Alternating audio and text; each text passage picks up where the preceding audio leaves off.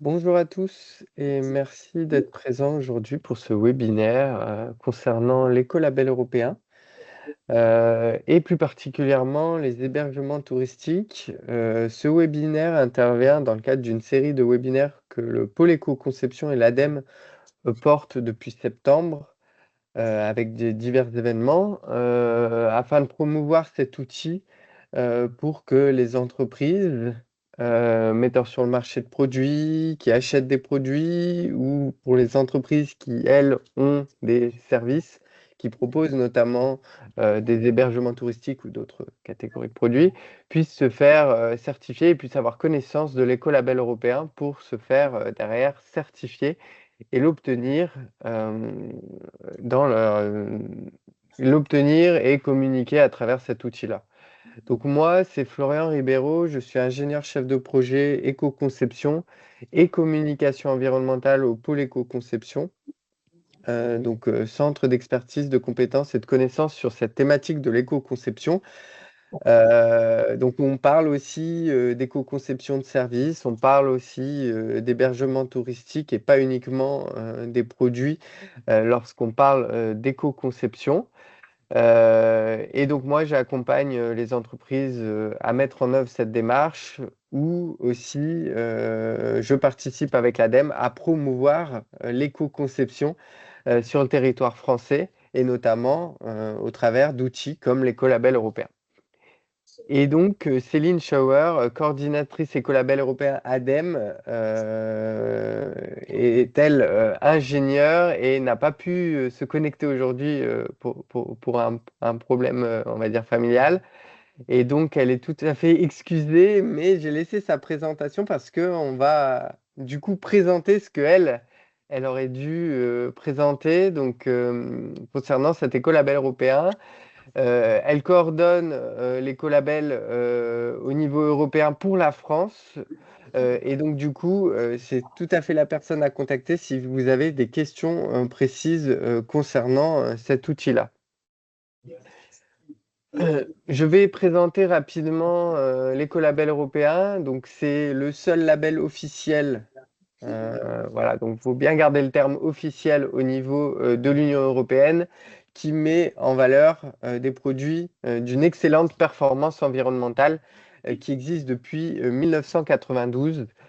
C'est pas un outil qui vise à ce que tout le monde puisse obtenir ce label, mais c'est plutôt un label qui va mettre en valeur les meilleurs produits et services en termes de performance environnementale. C'est-à-dire qu'il reste sélectif malgré tout pour qu'il n'y ait que les structures qui vont très loin d'un point de vue performance qui puissent l'obtenir.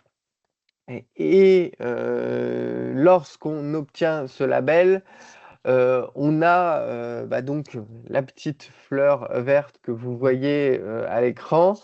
Cette petite fleur verte qui est une vraie garantie pour les consommateurs que des actions concrètes et pertinentes ont été mises en œuvre et derrière un repère simple, visible, visuel afin que les consommateurs et les professionnels puissent voir que la structure est bien certifiée. J'ai évoqué que ce label était fiable, robuste, pertinent.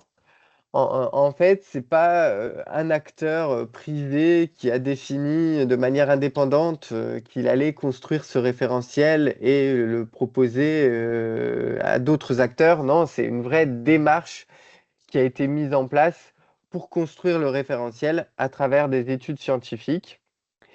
Ces études ont donné lieu à un référentiel, donc voilà, un cahier des charges à suivre.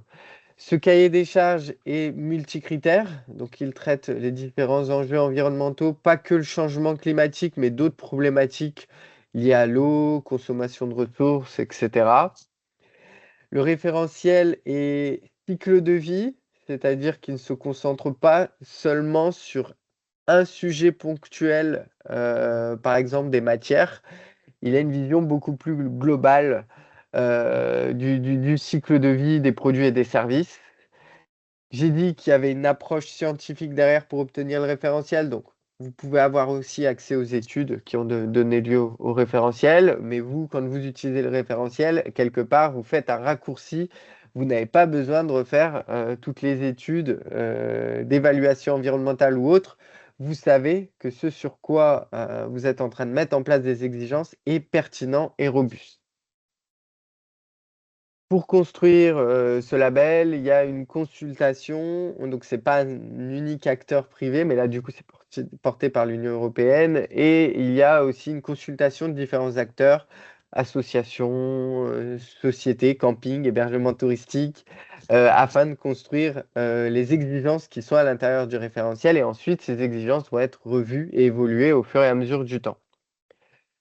Voilà, une certification par une tierce partie est obligatoire, ce qui fait voilà, un label robuste et notamment ISO 14024. Cette certification, c'est pas c'est le programme qui crée le label qui l'a fait, mais là nous avons Laure Garcia de l'AFNOR qui s'occupe de réaliser les certifications pour les hébergements touristiques notamment. Et donc je la laisserai se présenter ensuite. Et donc c'est une tierce partie indépendante, neutre, qui vient pour vérifier que le dossier est bien conforme au référentiel. Et pour finir, il est libre d'accès et on peut avoir des informations comme quoi il suit globalement les exigences de l'ISO 14024. Donc voilà, ça fait vraiment un référentiel robuste.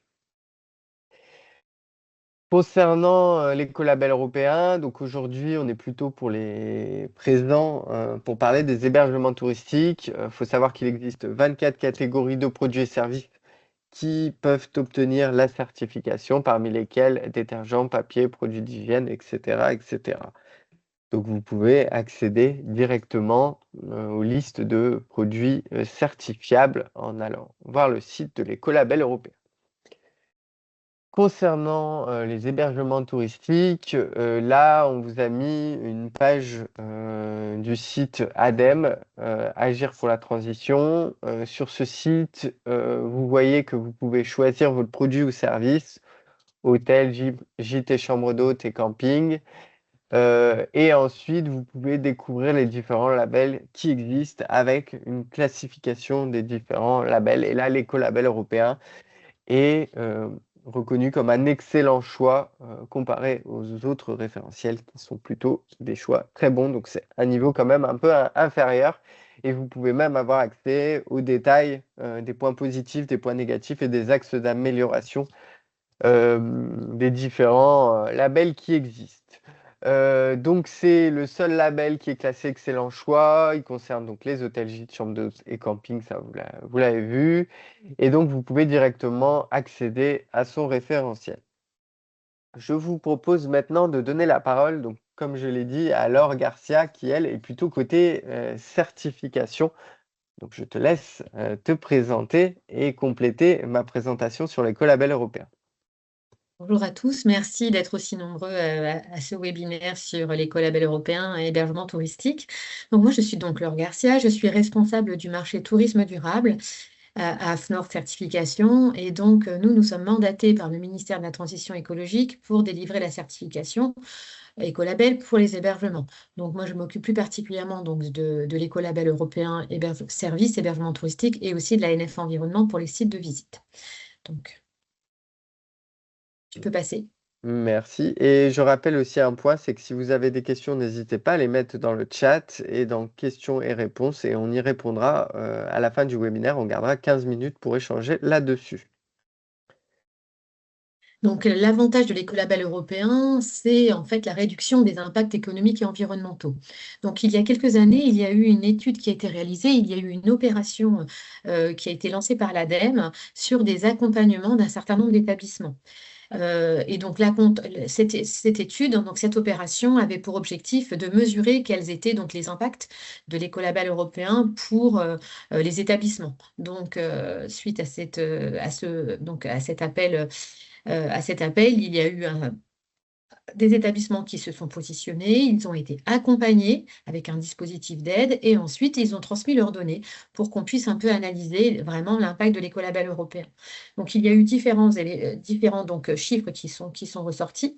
Donc sur l'eau, par exemple, on se rend compte que grâce à de la prise de conscience, des gestes simples, à la mise en place de mousseurs, de réducteurs, il peut y avoir très rapidement une économie donc, de la ressource eau et donc une économie sur la facture. Donc, par exemple, pour des campings, il a été remarqué qu'il y a eu 34% d'économie, pour un hôtel 19%, pour un gîte 15%. Voilà. Ce sont en fait des données qui vont être après très personnelles, mais pour nous, c'est très important d'avoir ces retours parce que ça nous permet de voir qu'il y a un vrai impact de la mise en place de la démarche. Sur les détergents, là, il y a eu un gros travail. Si on reprend en fait cet aspect-là, en fait, il y a quelques années, lorsqu'on faisait les premiers audits, les détergents, il y en avait des références très importantes au sein des établissements. Il n'y avait pas de rationalisation d'utilisation des détergents et surtout de rationalisation du nombre de détergents qui étaient utilisés. Donc, grâce à l'écolabel européen, effectivement, on va remaîtriser ces achats, on reprend le contrôle de ces achats, on va utiliser que les détergents qui sont utiles et on va bien sûr mieux les doser. Donc là, c'est pour ça qu'on a pu constater une hausse importante des économies d'utilisation de ces produits et et donc, également en économie financière, 93% d'économie pour un hôtel et 90% pour un camping. Donc, c'est vraiment un pôle qui a été très important et qu'il ne faut pas négliger. Ensuite, il y a le post-énergie. Le post-énergie, c'est peut-être celui où on va faire des économies qui vont peut-être paraître moins importantes, mais comme la facture est toujours très élevée, même si c'est que 17%, 16% ou 6%, c'est déjà un chiffre important. Et ce qu'il faut savoir, c'est que là, on va vous demander, encore une fois, de reprendre un peu le contrôle de ce que vous avez en place dans votre établissement, des équipements, des ampoules, et d'utiliser des éléments qui vont être plus économes en énergie, et surtout d'entretenir mieux vos équipements pour qu'ils soient moins énergivores. Enfin, les déchets. Alors, les déchets, c'était vraiment, il y a une dizaine d'années, c'était vraiment un peu, il n'y avait pas grand-chose au sein des établissements. Et heureusement, la réglementation évolue. Et lorsque vous vous engagez dans cette démarche, eh bien, il va falloir réfléchir. C'est comment on peut mieux gérer ces déchets, comment on peut surtout les réduire. Le meilleur déchet, c'est celui qu'on ne produit pas. Alors, tout ne dépend pas de l'établissement, mais il peut déjà agir auprès de ses fournisseurs, agir auprès de ses clients en les sensibilisant. Et là, on a pu voir aussi une rationalisation de la production et du traitement des déchets avec une économie de 82%, par exemple, pour un hôtel. Donc, cette étude ADEME était vraiment très significative et nous a permis de pouvoir aussi axer pas nos accompagnements, mais notre discours là-dessus. Ensuite, les certifiés écolabels européens en France et en Europe. Alors, comme vous disiez tout à l'heure, Florian, l'écolabel européen, c'est européen. Donc, ce n'est pas nous tout seuls en France qui décidons de ce que nous allons mettre dans le référentiel et de ce que nous allons faire. Il y a vraiment un consensus qui se fait autour des différentes parties prenantes au niveau européen. Là, on va rentrer en révision prochainement. On réunira, on a déjà fait une première consultation sur le référentiel actuel. Moi, j'ai envoyé une consultation à tous les certifiés, également au bureau d'études, aux consultants, à tout l'écosystème pour que la France puisse établir sa position. Nous, en France, on aimerait que le référentiel évolue de cette sorte, mais les mêmes choses se produisent en Espagne, en Italie, en Allemagne, pour faire évoluer le référentiel. Donc, en Europe, il y a en tout et pour tout 901 certifiés. Bon, c'est les derniers chiffres, vous savez, ça évolue un peu tous les jours, puisque dès qu'il y a un certifié, ça monte, s'il y en a un qui arrête, ça descend. Donc, c'est quelque chose, c'est une courbe qui évolue très vite.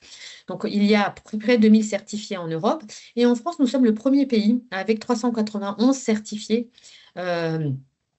Sur tout le territoire. Ensuite, on vous a fait un petit focus sur les typologies. Donc, nous, on a voulu vraiment être un petit peu plus fin et dire, voilà, on a combien de villages vacances, combien d'hôtels, combien d'hébergements insolites. Donc, ce qu'on constate, c'est quand même que ce sont les hôtels qui s'engagent le plus sur l'écolabel européen. Ensuite, vous allez avoir les centres de séjour, les campings, les villages vacances. Et il y a une émergence, les gîtes, chambres d'hôtes également, et une émergence en ce moment des hébergements insolites. Et enfin, on vous a fait un petit focus aussi sur le nombre de certifiés par région. Alors, la Nouvelle-Aquitaine est historiquement une région qui était très engagée d'un point de vue écologique. Tout l'écosystème est engagé. Il y a eu beaucoup d'aides, des accompagnements, beaucoup de choses. Donc, c'est la région qui va avoir le plus aujourd'hui nombre de certifiés. Mais je suis très contente de voir que les autres régions évoluent, notamment l'Île-de-France, la Corse, la Bretagne. Voilà, il y a beaucoup de régions qui s'engagent et on milite pour que toute la France et toutes les régions s'engagent. Voilà. Merci Laure. On va maintenant pouvoir passer au retour d'expérience de nos deux témoins aujourd'hui. Donc Isabelle Darmot du domaine Camboyer, je vous laisse vous présenter en quelques mots. Oui, volontiers. Donc, ravi d'être avec vous aujourd'hui. Donc, Isabelle Darmot, domaine de Camboyer. Donc, c'est un domaine dans le Lauragais, au sud-est de Toulouse. Un hôtel 4 étoiles de 15 chambres, un espace spa détente et une salle d'événementiel sur 9 hectares de parc classés espace naturel sensible et refuge LPO. Très bien, merci. Olivier Bidot, donc vous êtes du camping La Civelle. Bonjour à tous. Et effectivement, nous sommes situés dans le sud des Landes, à proximité de l'océan, au camping La Civelle, dont je suis directeur depuis 8 ans.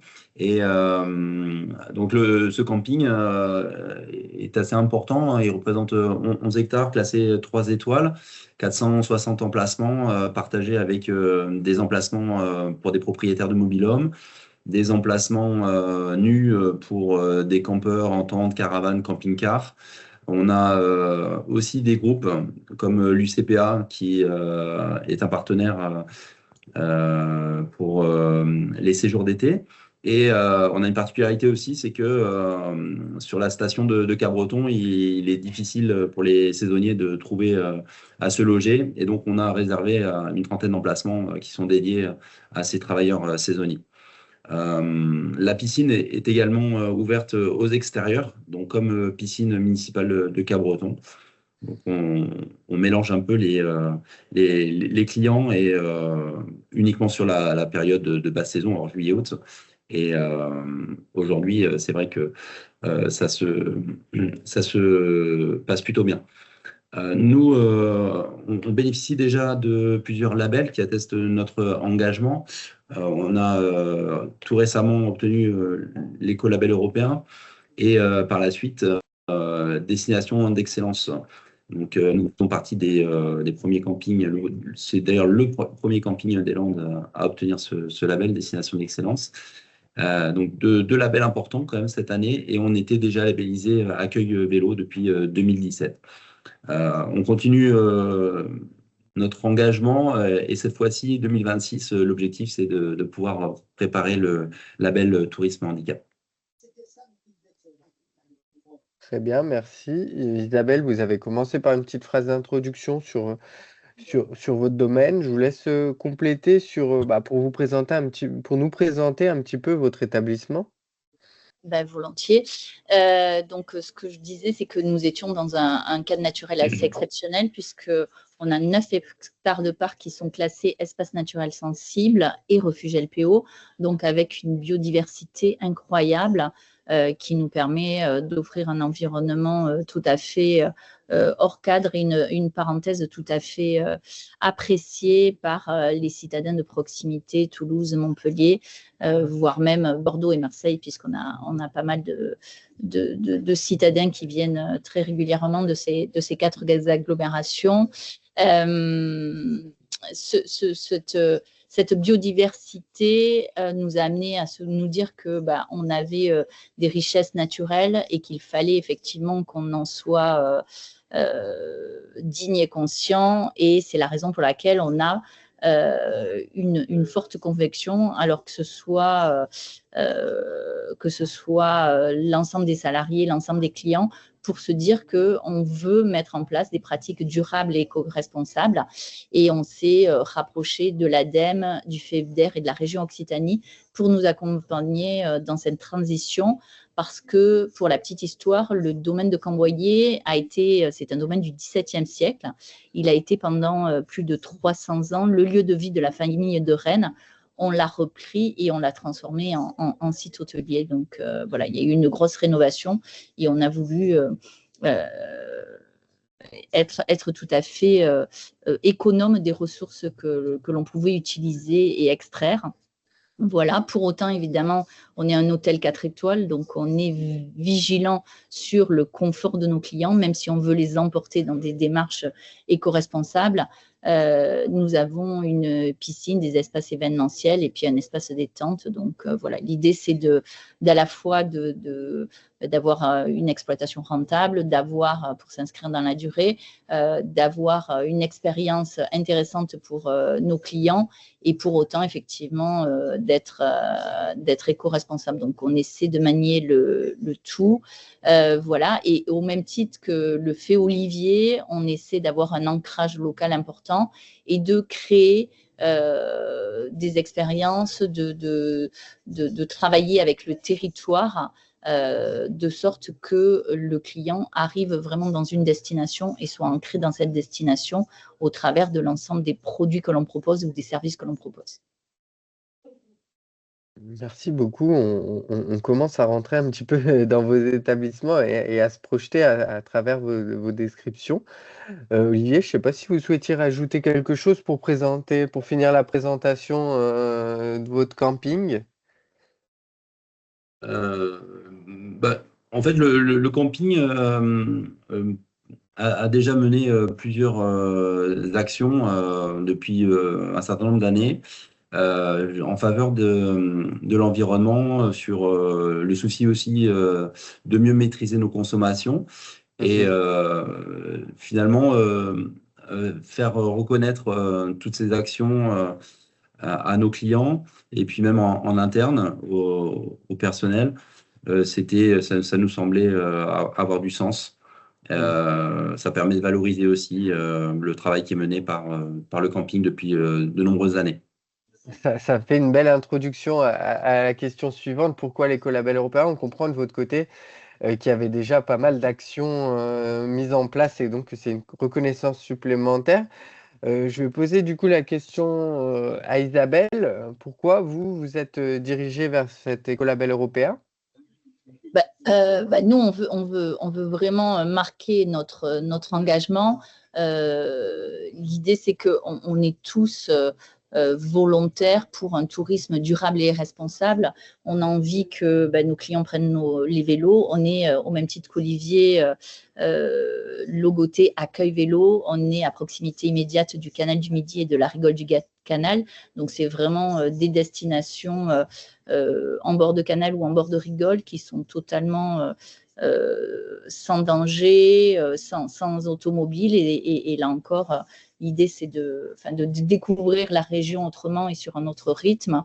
On a aussi la possibilité d'aller à vélo sur Toulouse et Carcassonne depuis le domaine et puis de revenir avec le vélo-rail que développe énormément la région Occitanie. Donc, on a vraiment envie d'inciter nos voyageurs à faire ça. On a des vélos électriques, donc c'est extrêmement simple. Et puis, on a fait un sentier botanique dans le parc, de sorte que l'ensemble de nos voyageurs ne disent pas simplement depuis la terrasse de l'hôtel que c'est joli, mais qui touchent du doigt le sujet. Et donc, le fait qu'on ait fait des sentiers botaniques amène 100% de nos visiteurs à se dire, eh bien, on va parcourir les 9 hectares de parc. Et ils en ressortent vraiment hyper ravis. On a également des animations avec des naturalistes, notamment de la LPO, pour expliquer un petit peu la trentaine de chants d'oiseaux qu'on entend tout au long de l'année et au printemps, évidemment, pour l'essentiel. Et puis, évidemment, on veut qu'on fasse tous très attention à nos ressources pour les consommations d'eau, pour les consommations d'électricité. L'eau, évidemment, on le verra, il y a des réducteurs. L'électricité, on a des ampoules LED partout et puis des automatismes. Et puis le chauffage, où là, on a fait une très grosse transformation avec le soutien de l'ADEME, puisqu'on a un système de chauffage biomasse, donc on a deux chaudières biomasse pour l'eau chaude sanitaire et le chauffage. Et c'est vrai que c'est tout à fait intéressant, y compris financièrement, avec effectivement une consommation qui est extrêmement maîtrisée et puis des ressources en granules qui sont pas incroyables pour les 2400 mètres carrés que nous avons à chauffer et à fournir en eau chaude. Voilà, puis évidemment, on veut affirmer cette volonté qu'on a et la crédibilité. C'est de la crédibilité vis-à-vis de notre client, vis-à-vis de nos personnels et vis-à-vis du territoire. Et puis évidemment, comme je le disais tout à l'heure, on communique énormément, on communique sur le domaine, on communique dès l'entrée de nos clients sur le domaine parce qu'ils n'ont pas de produits en chambre, c'est-à-dire qu'on leur remet du savon que fait une savonnière locale, du shampoing que fait une savonnière locale aussi. On découpe le morceau de savon et de shampoing de leur choix, puisqu'on a plusieurs choix, et on leur met dans un petit tissu qu'on récupère de la couturière de Montferrand. Voilà, donc ils ont un joli petit sachet et aucun produit par ailleurs. Et dès le départ, on marque vraiment notre volonté de différence et notre volonté d'action concrète. Merci beaucoup pour ces explications. On comprend bien pourquoi vous êtes engagé dans cette démarche-là. Je reviens vers vous, Olivier. Est-ce qu'il y a d'autres éléments qui ont motivé votre volonté de se faire certifier par l'écolabel européen? Alors, bon, comme je vous disais, c'est vrai que nous, en matière de gestion des déchets, d'économie d'eau, d'énergie et de sensibilisation des vacanciers, ce n'était pas nouveau. C'est des actions qui étaient menées déjà depuis longtemps. On a, par exemple, lorsqu'on a construit le sanitaire, alors c'était en 2018, de la piscine, installé un système de panneaux solaires pour la production d'eau chaude, ce qui nous permet de réaliser des économies importantes sur les consommations d'eau chaude. On a aussi installé 2 packs pour le chauffage de la piscine. Donc ça, vous imaginez bien que les consommations sont aussi importantes, mais c'est toujours mieux que d'utiliser une chaudière gaz. On travaille aussi l'été avec des animateurs botanistes pour proposer dans le cadre de nos animations des sorties à l'extérieur du camping avec justement un professionnel botaniste qui sensibilise nos clients sur la faune et la flore. Après, c'est vrai qu'en termes d'éclairage, on a aussi automatisé avec des détecteurs dans tous nos sanitaires. On sensibilise nos clients dans les locatifs aussi sur notre démarche. Et puis, on met en place des réducteurs de débit sur les points d'eau. On a aussi, pour les déchets, installé des bornes de biodéchets. Donc là, c'est en partenariat avec le Sitcom, qui est l'organisme de collecte de nos déchets, et ce qui nous permet, bien entendu, de réduire nos consommations d'ordures ménagères. On réalise des économies financières, et puis en même temps, voilà, ce sont des déchets qui sont récupérés. On a aussi des bacs de compost. Donc là, c'est uniquement, c'était compliqué de mettre ça à disposition pour tous nos clients. Donc là, on a privilégié nos clients résidents, propriétaires de mobil-homes qui sont là l'année, qui ont pu être formés à l'utilisation de ces bacs de compost. Voilà, au niveau des actions, c'est vrai que nous aussi dans le choix des constructions, des aménagements qui ont pu être réalisés, on a refait complètement l'entrée avec de nouveaux bâtiments, restaurants, épiceries, aires de jeu. Et c'est vrai que dès le départ, dans le cahier des charges, on avait aussi des points essentiels sur les matières utilisées. On a utilisé du pin des Landes pour le bardage. Et après, tous les matériaux devaient permettre de réaliser aussi des économies dans le fonctionnement.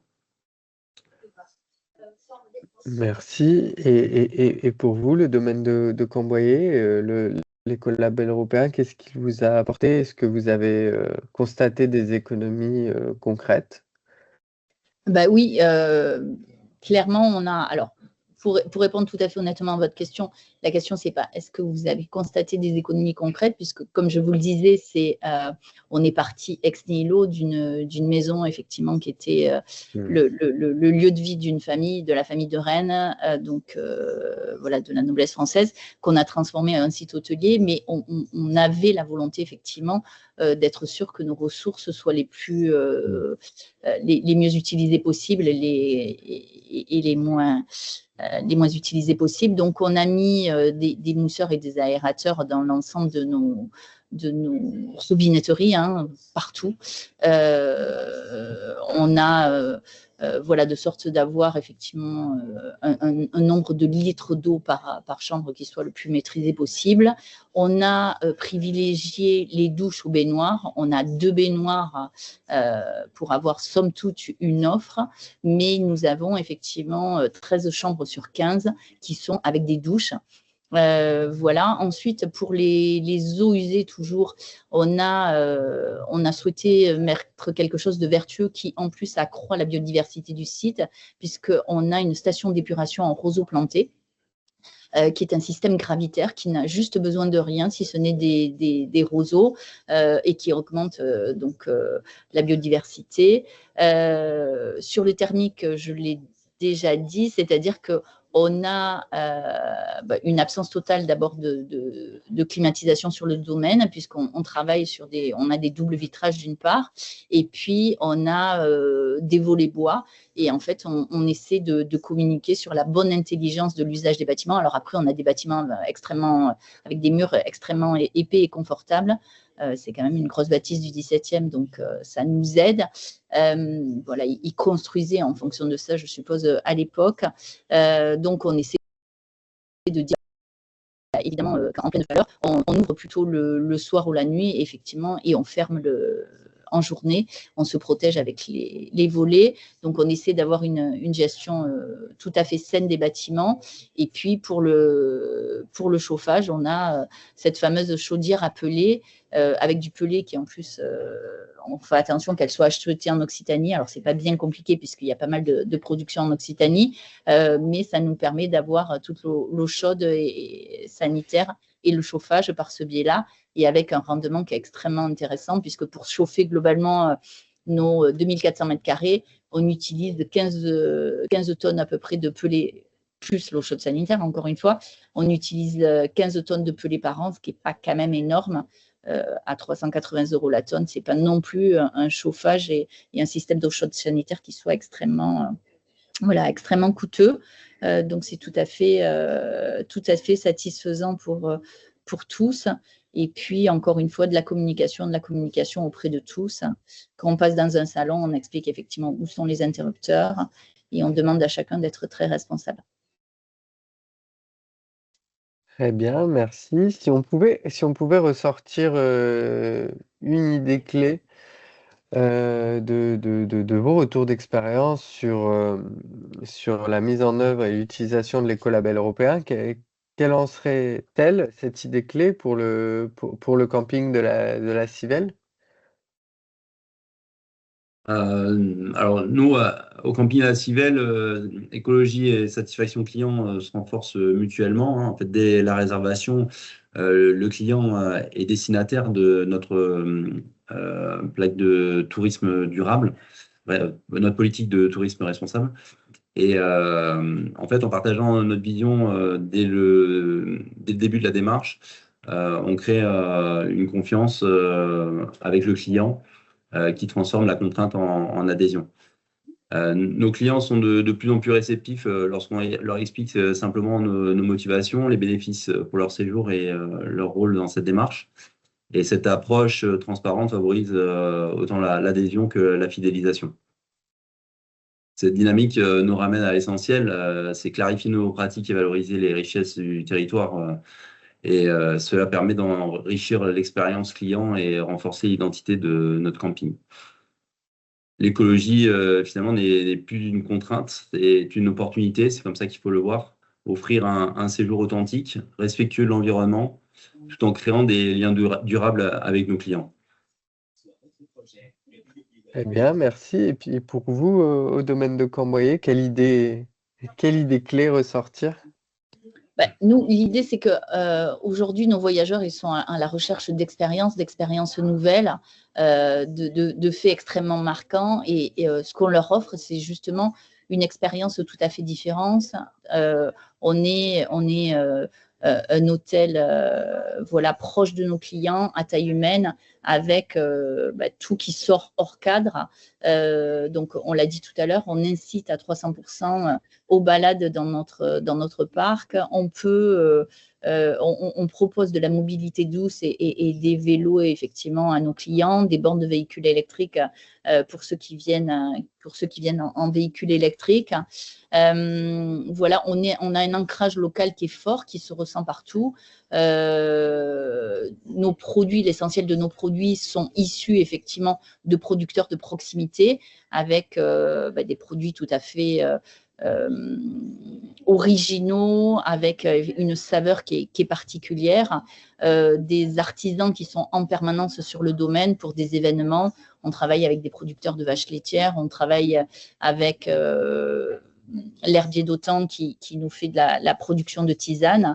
On travaille dans chacune de nos chambres, on a sur le domaine des plantations de géranium rosa, et on distille ce géranium rosa, et donc on associe lorsqu'on le fait nos clients à ça, et on met des brumes d'oreiller dans chacune des chambres de nos clients pour qu'ils puissent mettre sur leur oreiller. C'est des brumes d'oreiller au géranium rosa.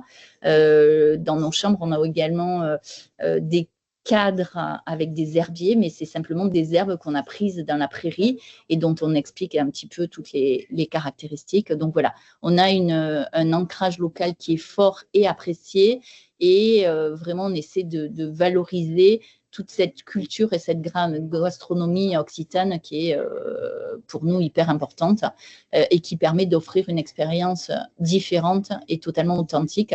Le nom de nos chambres, pour petite information, ce sont des noms de chambres en occitan.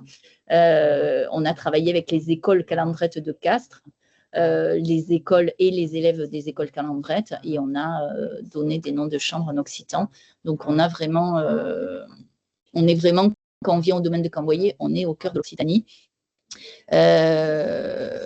Voilà, et on essaie de conjuguer pour autant qualité de service, authenticité pour nos clients, expérience, et puis préservation de la biodiversité. Mais ils le touchent très facilement du doigt, parce que quand ils vont en général dans notre parc, ils disent waouh, c'est-à-dire que c'est vraiment l'effet, c'est beau, c'est frais, c'est odorant, tous les sens sont en éveil, quoi, y compris avec la LPO. Donc, en général, l'adhésion est facile à remporter. Très bien, merci. Pour conclure sur vos interventions, je vais me diriger vers le Cap Breton d'abord, on finira en Occitanie. Donc, un dernier mot pour conclure cette présentation, et j'ai vu qu'il y avait plein de questions, donc on aura tout le temps d'échanger par la suite. Donc, un dernier mot, s'il vous plaît. Avant de conclure, je voulais rebondir sur ce que disait Isabelle. C'est vrai que nous aussi, on propose des bornes de recharge électriques pour les véhicules électriques. Et on favorise aussi la mobilité douce avec un partenaire pour la location de vélos sur quasiment toute l'année. Et nous, en étant situés au bord de la Vélodyssée, c'est aussi pour ça qu'on avait fait la demande de ce label Accueil Vélo. C'est parce qu'on a énormément de cyclo-touristes qui viennent même sans réservation sur les périodes de juin à septembre.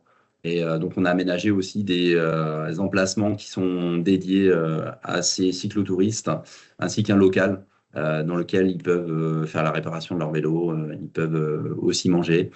Et on va développer encore. C'est une clientèle qui est de plus en plus importante. Alors, on a mesuré depuis le Covid que cette clientèle était aussi de plus en plus nombreuse chaque année. Donc, on va essayer d'aménager certaines choses pour cette clientèle. Pour conclure, en fait, notre démarche environnementale est pas seulement une réponse aux enjeux écologiques, c'est aussi une manière d'améliorer la qualité d'accueil et de renforcer le lien avec nos visiteurs. En expliquant nos actions et en impliquant nos clients, on constate une véritable adhésion qui se traduit par une expérience plus positive et une fidélisation accrue. Cette démarche nous encourage à proposer un tourisme plus responsable, plus simple, plus cohérent, qui valorise notre territoire et respecte surtout la nature. C'est cette dynamique collective entre l'équipe et les partenaires et vacanciers qui nous permet d'avancer et donner vraiment du sens à notre mission. Eh bien, merci. Et donc, on va finir là ce petit tour par l'Occitanie et le domaine de Corboyer. Isabelle, je vous laisse le mot de la conclusion. L'écolabel européen, c'est vraiment beaucoup de communication, beaucoup de sensibilisation. Nous, on a des convictions fortes et on veut vraiment, par l'expérience qu'ils vivent, une expérience différente, remporter l'adhésion de nos clients et on est convaincus que plein en ressortant, effectivement, parce qu'on a une petite boutique de tous nos produits locaux, repartent en se disant pourquoi pas le shampoing solide, pourquoi pas effectivement le savon plutôt que le gel douche, etc.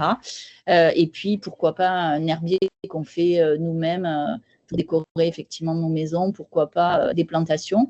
J'en ai pas parlé, mais ce qu'on disait aussi dans la gestion, c'est que avec la LPO, on a énormément de buis sur le domaine, magnifique buis, notamment en plein milieu de la cour. Et on développe des nichoirs, notamment en mésange bleu pour nos buis. Et on développe également des nichoirs à chauve-souris. On fait même des ateliers avec nos clients pour qu'ils construisent eux-mêmes les nichoirs à chauve-souris de demain. Et ils se rendent bien compte que nous n'avons pas de moustiques. Et en général, en arrivant, ils nous disent il n'y a pas de moustiques, comment ça se fait, etc. Parce que j'étais, je ne sais où, il y en avait plein, même à côté. Du coup, on leur dit devinez pourquoi on n'a pas de chauve-souris, etc. Certains le trouvent, la plupart ne le trouvent pas, mais du coup, ils sont extrêmement étonnés, effectivement, qu'on puisse trouver un équilibre tout à fait sain et naturel, sans projeter de la chimie partout. Voilà, donc l'idée, c'est vraiment communiquer, sensibiliser en permanence sur ce qu'on fait le plus naturellement possible, y compris au petit déjeuner avec du vrac et des produits locaux. On essaie d'avoir une harmonie avec le territoire et quand on est voyageur, on apprécie justement cette différence et cette couleur locale. Voilà, pour avoir un tourisme durable, mais un tourisme attractif et expérimentiel. Voilà, donc au même titre qu'Olivier, moi je trouve que la transition écologique, c'est vraiment, d'abord c'est une conviction qu'on a, mais c'est aussi une opportunité qu'on a de créer de la valeur, de renforcer notre image et de répondre aux attentes tout simplement des voyageurs, voire de nos salariés et du territoire. Merci beaucoup à tous les deux et pour cette conclusion, pas la conclusion du webinaire parce qu'on n'a pas fini encore, mais sur cette session de questions-échanges avec nos deux témoins, donc le camping de la Civelle et le domaine de Camboyer. Maintenant, je te propose, Laure, de reprendre un peu une présentation plus générale sur l'écolabel européen. Oui, alors il y a eu des questions, j'ai regardé un petit peu le chat, il y a eu des questions effectivement sur le dispositif, donc c'est le moment. Je vais vous parler du dispositif écolabel européen. Tu peux passer. Très bien, je regardais en même temps les questions, mais c'est bon, je suis là. Voilà.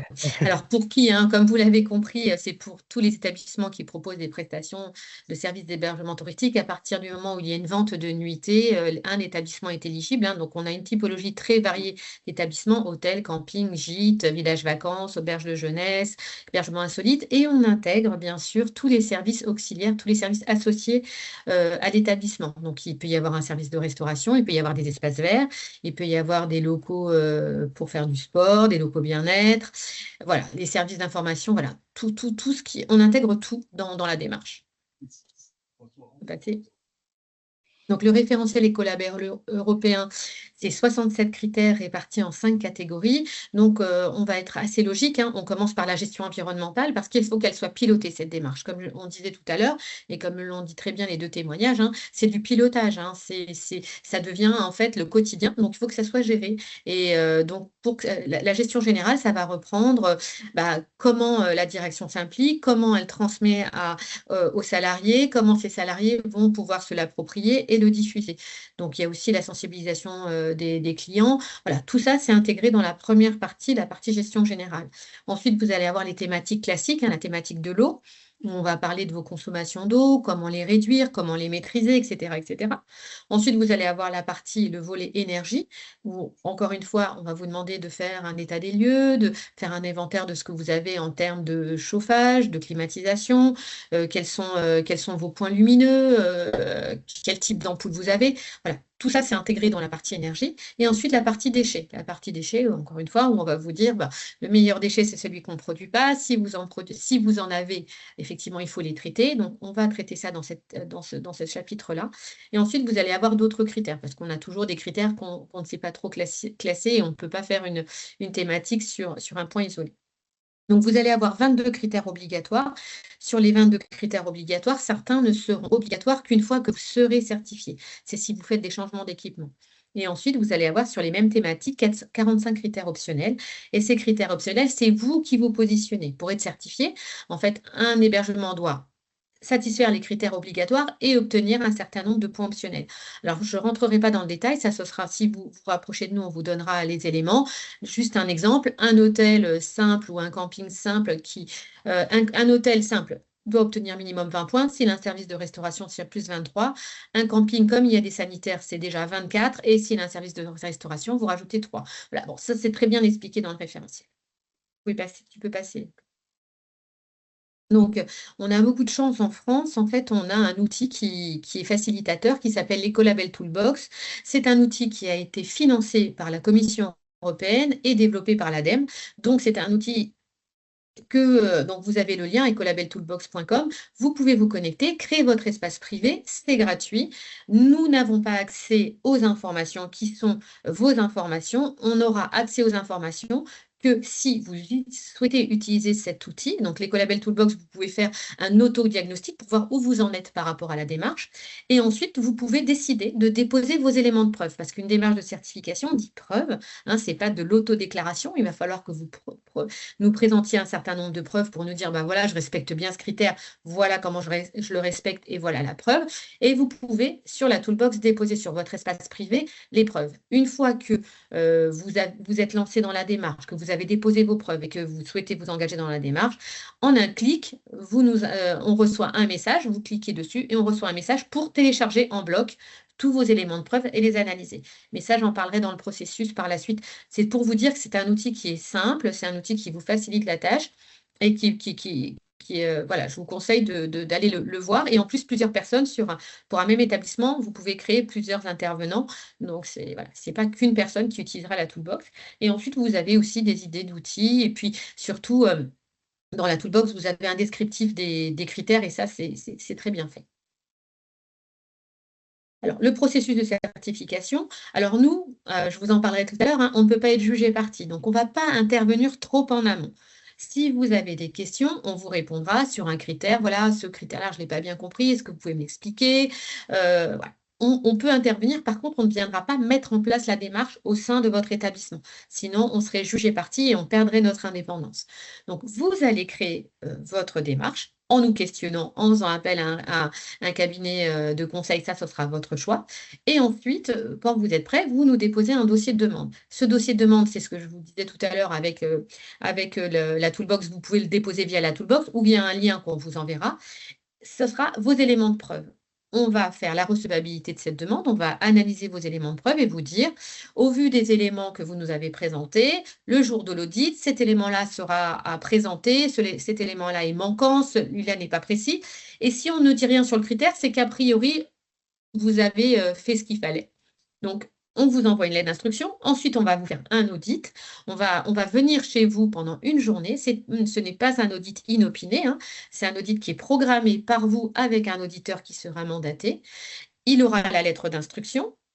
Et il viendra revoir, bien sûr, tous les critères. Ce n'est pas parce que sur la lettre d'instruction, on dit que tout est bon que l'auditeur ne va pas venir voir. Donc, c'est vraiment un moment d'échange que vous allez avoir avec l'auditeur. Vous allez lui dire comment vit votre démarche au sein de votre établissement. On va questionner le personnel, on va aller faire des mesures de robinet. On n'en fait pas 15, on en fait 2, 3, ça va dépendre de la taille de l'établissement.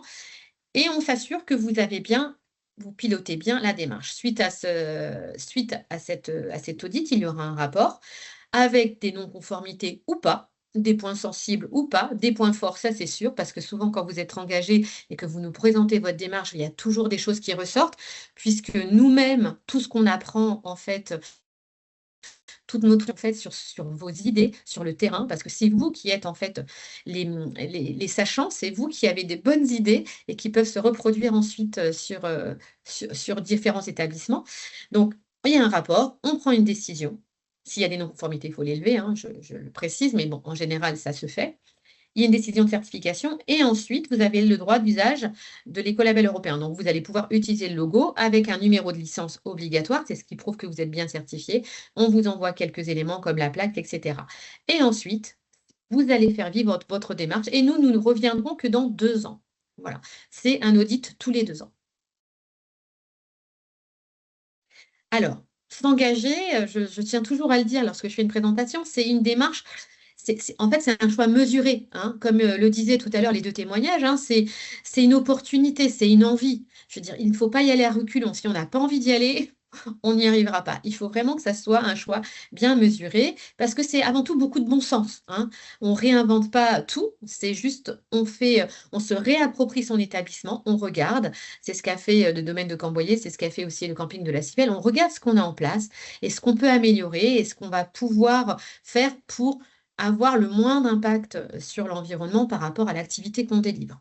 Donc, on va se concentrer sur les critères à respecter, avoir une lecture simple et logique. Le référentiel va vous paraître peut-être conséquent, avec beaucoup de texte. Et ça, on le comprend, on l'intègre. C'est pour ça qu'on vous dit qu'on a des fiches liées à la toolbox qui peut expliquer le critère.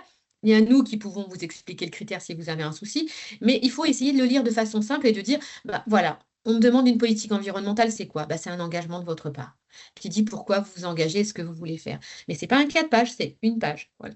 Il faut rester simple. Après, c'est je fais un état des lieux de mon établissement. J'évalue ce qu'il faut faire évoluer. On fait un diagnostic toolbox.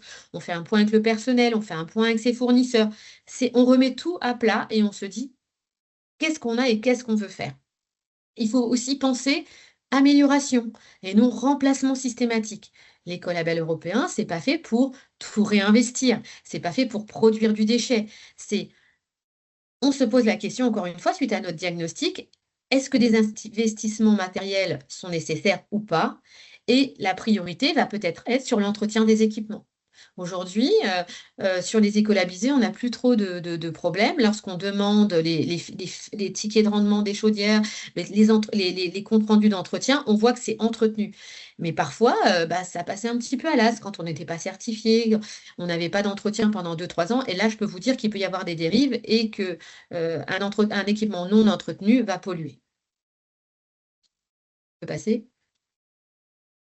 Ensuite, en fait, les critères, ils doivent être respectés si applicables dans votre établissement. Il y a un critère où on parle de pompe à chaleur. Si vous n'avez pas de pompe à chaleur, c'est non applicable. Et enfin, certains critères, c'est ce que je disais tout à l'heure, ils ne sont applicables qu'à partir du moment où vous êtes certifié, c'est-à-dire, on vient voir un instant T ce que vous avez en place. Si vous êtes certifié et que vous changez d'équipement, là, dans le référentiel, on vous dit si vous changez d'équipement, il faut que vous soyez vigilant et que vous preniez des équipements qui soient moins énergivores, plus écologiques. Donc là, si on revient dans 2 ans et que vous avez changé d'équipement, il faudra que vous nous apportiez la preuve que vous avez bien pris le bon équipement. Voilà. Tu peux passer. Donc là, j'ai abordé, donc vous pouvez voir notre site ecolabel.fr, c'est le site donc de l'AFNOR. Tu peux passer, vous aurez des informations sur les différents écolabels. Alors nous avons des contacts en région, hein, donc toutes les régions de France sont couvertes. Vous pouvez contacter donc le national ou effectivement les différentes régions. Tu peux passer. Je vais essayer d'aller vite. Voilà, donc là, l'équipe Ecolabel européen à Paris, hein, ce sont les personnes qui vont gérer vos demandes de certification. En région, c'est plus pour si vous avez des questions. Et ensuite, donc, au niveau du siège, on traitera votre demande. Et je vais continuer avec les aides ADEME. Donc, alors, il y a depuis quelques années, même depuis longtemps, il y a des aides. Hein. Pourquoi il y a des aides ADEME pour l'écolabel européen? C'est le seul label qui est aujourd'hui soutenu en France, qui est financé, accompagné par l'ADEME. Pourquoi? Parce que c'est un label qui est reconnu par le ministère de la Transition écologique et qui est reconnu comme étant un label qui est fiable, robuste, comme disait tout à l'heure Florian, et qui aujourd'hui n'est pas du tout, il n'y a pas du tout de remise en question sur les allégations et sur la robustesse de ce label. Donc, il y a des aides. Il y a des aides qui sont de 2 niveaux. Et la première partie, c'est l'aide à la mise en œuvre de l'écolabel européen, où vous pouvez avoir une aide pour l'interprétation du référentiel, les améliorations que vous souhaitez apporter, les adaptations pour obtenir l'écolabel. Hein. Donc, c'est une aide vraiment décryptage et puis peut-être faire un point sur quel type d'équipement il faudrait peut-être changer. Donc, ça, c'est la première partie. Et ensuite, vous avez toute la partie aide sur l'accompagnement dans le processus de certification pour constituer votre dossier de certification, assistance lors de l'audit. Donc là, c'est plutôt la partie conseil. Donc, ce qu'il faut savoir, c'est que jusqu'à maintenant, il y avait des aides, hein, suite post-Covid. Il y avait le plan France Relance, il y a eu le fonds tourisme durable et des aides qui étaient intitulées Tremplin. Vous en avez sûrement entendu parler. Il y a eu plus de 150 établissements qui ont bénéficié de ces aides. Et il y avait des aides prévisionnelles à hauteur de 80% pour les petites entreprises et 70%, c'est-à-dire que vous déposez un dossier auprès de l'ADEME, un dossier où vous allez mettre un certain nombre de factures d'accompagnement, la facture de la certification, puisqu'il y a aussi une aide à l'obtention de la certification, c'est-à-dire que nous, on va vous faire un audit, on va venir faire un audit, et cet audit peut être pris en charge, toujours à hauteur de 70-80%. Et donc, tout ça sont des choses, c'est uniquement l'audit initial, hein. Tout ça sont des choses que vous pouvez constituer. Vous constituez en fait un dossier où vous allez mettre des devis, et il faut que les dépenses ne soient pas engagées, et vous allez contacter votre ADEME régional pour déposer un dossier de demande d'aide à l'accompagnement, d'aide à la certification pour l'écolabel européen. Donc, ce qu'il faut savoir, c'est que Tremplin n'existe plus, mais ce sont des aides qui vont être reconduites à partir de 2026. Donc, les aides seront publiées sur le site de l'ADEME à partir du 2 janvier 2026. Donc, je vous invite à aller consulter le site et voir quelles sont les aides disponibles et surtout de prendre contact avec votre ADEME régional. Et ce qu'il faut savoir, c'est ce qui est bien, c'est que le dispositif qui va être maintenu, ça va être un dispositif comme Tremplin, c'est-à-dire un dispositif simplifié. Ce ne sera pas un dossier trop lourd à déposer parce que les anciens systèmes étaient peut-être un petit peu fastidieux sur le nombre de pièces à fournir. Là, ça restera un dispositif simplifié. Donc, je vous invite à aller voir le site de l'ADEME à partir du 2 janvier. Et j'en parlais tout à l'heure avec le domaine de Camboyer, le camping La Civelle. Ils ont fait ils ont demandé ces aides lorsqu'ils ils ont mené l'écolabel européen. Et en fait, ce sont des aides qui, en plus, une fois que vous les demandez, elles se déroulent sur 18 mois. Et par contre, on sait que ces aides, elles seront moindres cette année, c'est-à-dire moindres, ça va dépendre en fait du nombre de demandes. Et plus tôt vous les faites, plus tôt vous êtes assuré d'avoir ces aides. Si vous les demandez en décembre, peut-être qu'il n'y aura plus de budget pour accompagner votre projet. Passer. Donc, contactez vos différentes ADEME régionales. Hein. C'est eux les plus à même de vous accompagner et de vous aider à déposer votre demande. Enfin, je vais conclure en parlant donc de la future législation sur les labels de durabilité. Il y a aujourd'hui une directive européenne sur la transition verte, hein, qui vise à donner aux consommateurs les moyens d'agir et le moyen de mieux savoir comment ils consomment, et surtout sur tout ce qui touche les allégations environnementales.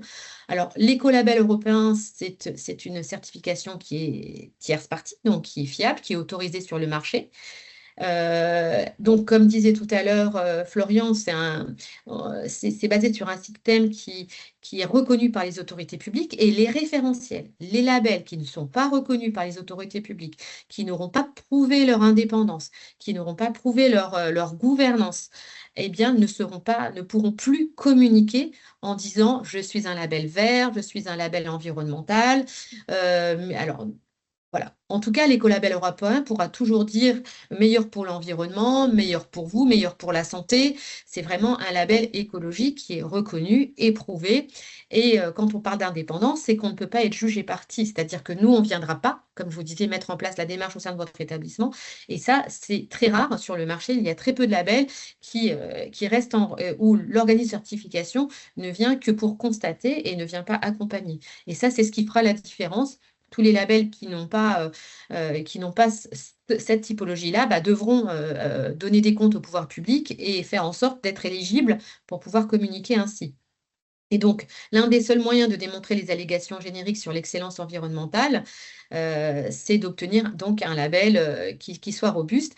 Et donc, comme je vous parlais de directive européenne, elle sera transposée en droit français en avril 2026 et elle deviendra applicable en septembre 2026. Donc, pour ceux qui se sont engagés, vous êtes assurés que vous n'aurez pas de soucis sur tout ce qui est allégation environnementale. Pour ceux qui souhaitent s'engager, sachez que vous ferez le bon choix de label. Et enfin, juste pour conclure, c'est de dire que donc c'est une slide c'est une conclusion qui vient de la Commission européenne, c'est de dire que c'est un bon investissement pour un établissement parce que la certification donc attire les voyageurs qui proviennent de toute l'Europe et qui connaissent le logo. C'est un engagement environnemental qui fidélise les clients et motive le personnel. Il y a des économies, on en a parlé, je ne vais pas m'attarder là-dessus. Ça permet aussi de faire des partenariats avec des grands acteurs du marché. On peut répondre à des appels d'offres, voilà, c'est important. Et moi, je rajouterais aussi que ça permet vraiment cet ancrage territorial, mais les deux témoignages en ont parlé.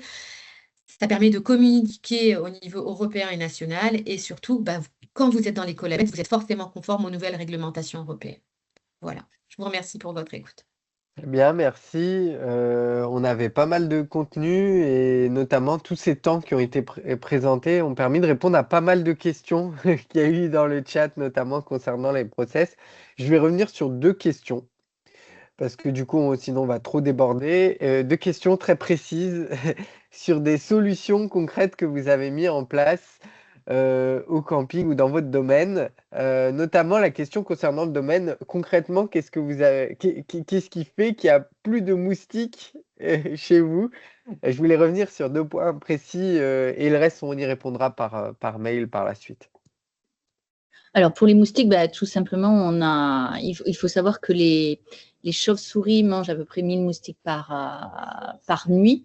Donc, on a créé des petits abris pour les chauves-souris. On en a partout dans le domaine, de sorte qu'on ait énormément de chauves-souris sur le domaine et que, du coup, on a peu de moustiques et on maîtrise notre environnement. Au-delà de ça, on ne laisse pas de l'eau stagnante à droite et à gauche, dans des pots de fleurs ou je ne sais où. Donc, on est vigilant effectivement sur cette eau stagnante, sinon forcément les œufs vont se développer. Mais en plus, on a, entre guillemets, des prédateurs pour ces fameux moustiques qui sont les chauves-souris. Voilà.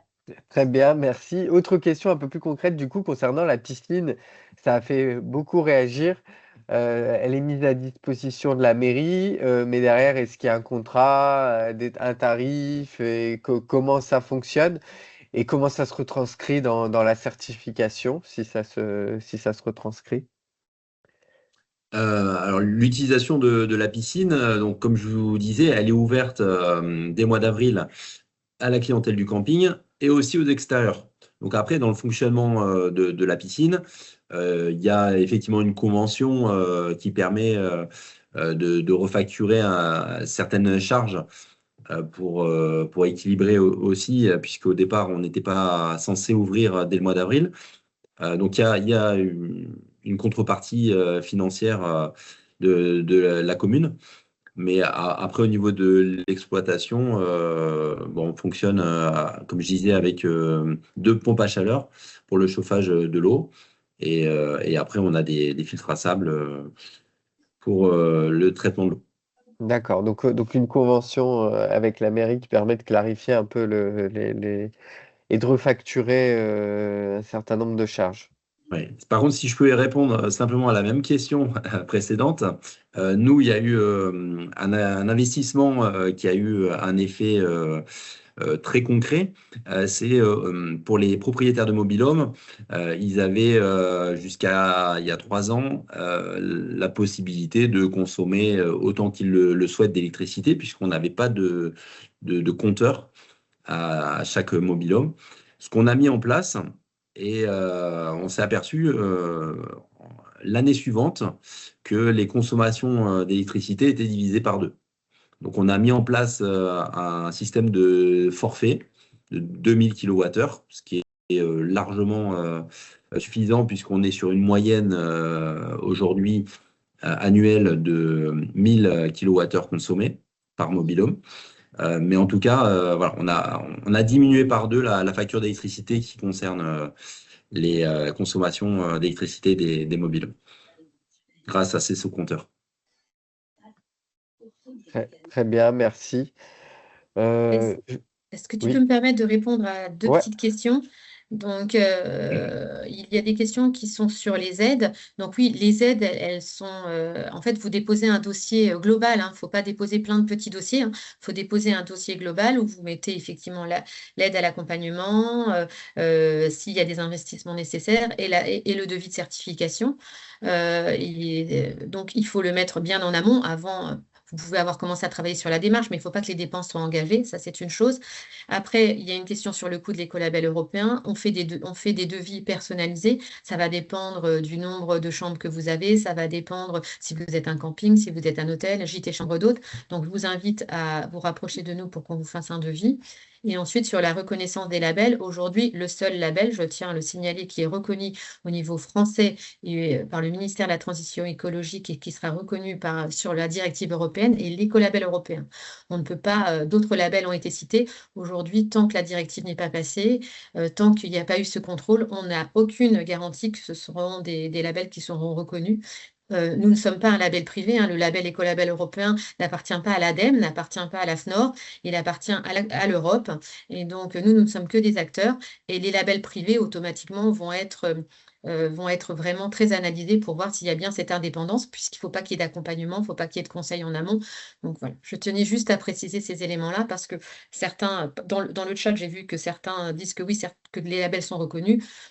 Aujourd'hui, on ne peut pas le dire. Le seul label qui est sûr, c'est l'écolabel européen. Et y a-t-il une fourchette de prix concernant la certification, que ce soit à la FNOR ou au camping ou dans votre domaine? Est-ce que vous avez le Alors, moyen de nous remonter une fourchette de valeur? Alors, il n'y a pas de fourchette de prix. Comme je vous disais, il va y avoir 3 postes sur l'audit initial. Il va y avoir l'instruction qui est due uniquement lors de l'audit initial, l'audit et ensuite le droit d'usage. Alors, l'instruction, donc, elle est due qu'à l'initial, elle est entre 260 et 600 euros.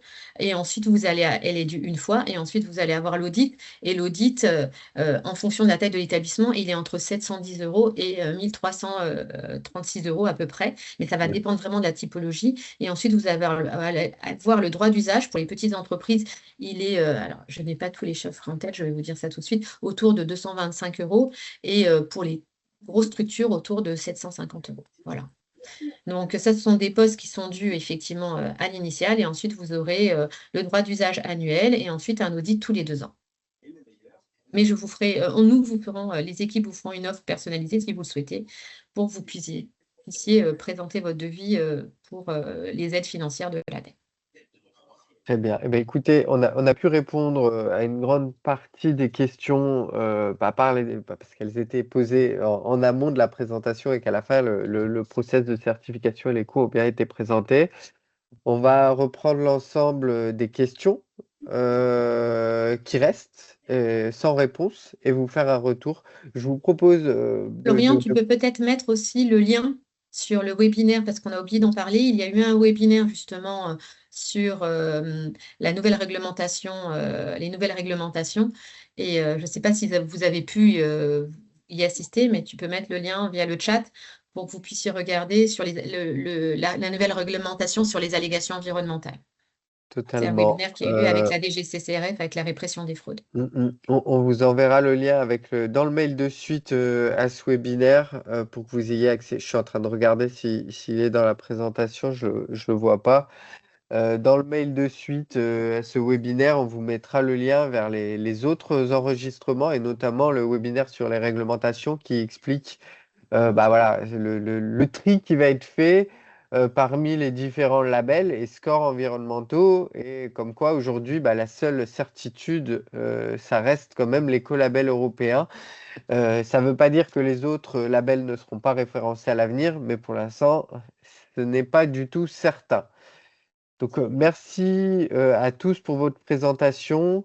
Merci Olivier, merci Isabelle, merci Laure pour ces interventions. Je propose de faire un petit retour sur les questions qui restent sans réponse à l'ensemble des participants. Donc, je vous ferai passer la liste des questions et on répondra à chacun de la sorte.